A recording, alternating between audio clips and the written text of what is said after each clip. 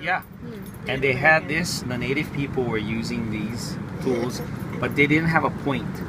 It was just like this, and you can, if the eyes are big, you don't need the point. But I think the point came when the eyes became smaller, so you could enter the eyes. So watch, I can turn them backwards. I can still sew it, right? Okay. Traditionally, before you had the synthetic string, what did you guys use for cordage? Natural fiber. Natural fiber from the coconut. But the coconut, from what I hear, came later to the islands. They had actual tree bark that they used. Tree bark. Like mulberry, like they do with the tapa? Or? They have, but mulberry is not indigenous to the islands, no. They were all brought. But there's a plant they call, and you probably, if you look on the internet, you'll find there's a plant called olona. And olona is said to be one of the strongest fibers in the world. And it grows in marshy wetlands. I have nets made out of hemp, and this synthetic will last longer than a hemp, but it can withstand all the rugged waters and terrain. But the hemp, for me, actually making nets out of the natural fiber, I always say to people that I would rather,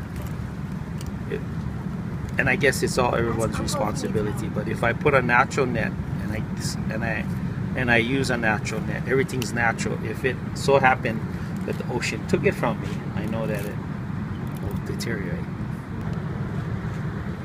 And there's different types of knots, and I don't know what type of knot you use, but for natural fibers, see, I'll do a knot right here. That's why I always tell you, watch the hands, right? Okay, so look, I'm doing a 1, okay, a 2, and a 3.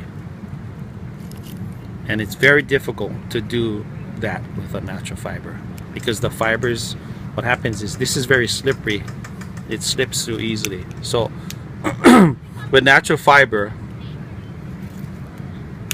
1, and 1 is really all you need, because the natural fiber really locks up, as opposed to this. Like if I tie this knot here, 1 tied with a synthetic line, if I pull it sideways, this knot will slip.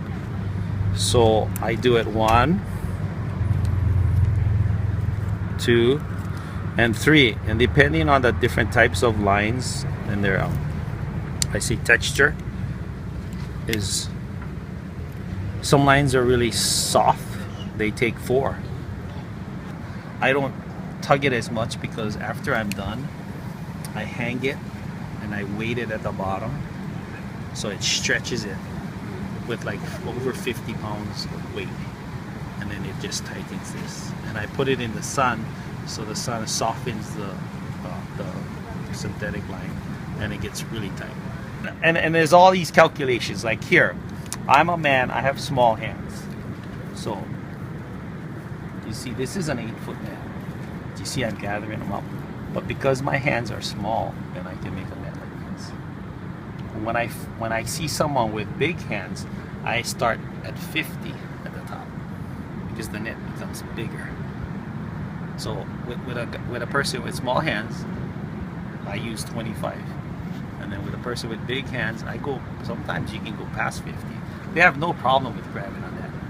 You know, a man's hand sometimes can be that big. So that's how so when people ask me, oh, make me a net, I go, how you doing? And I go, oh, then they go, oh, uncle, make me this net. I go, oh, okay. But you know, I look at the person, I shake his hand, and I go, well, you know what?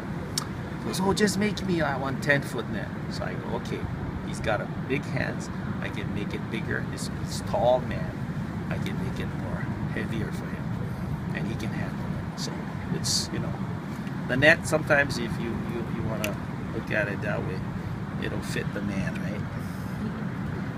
Yeah.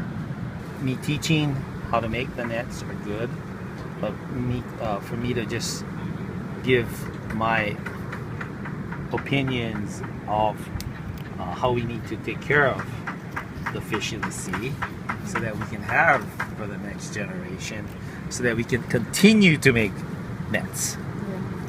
Yeah. And they are food from the sea.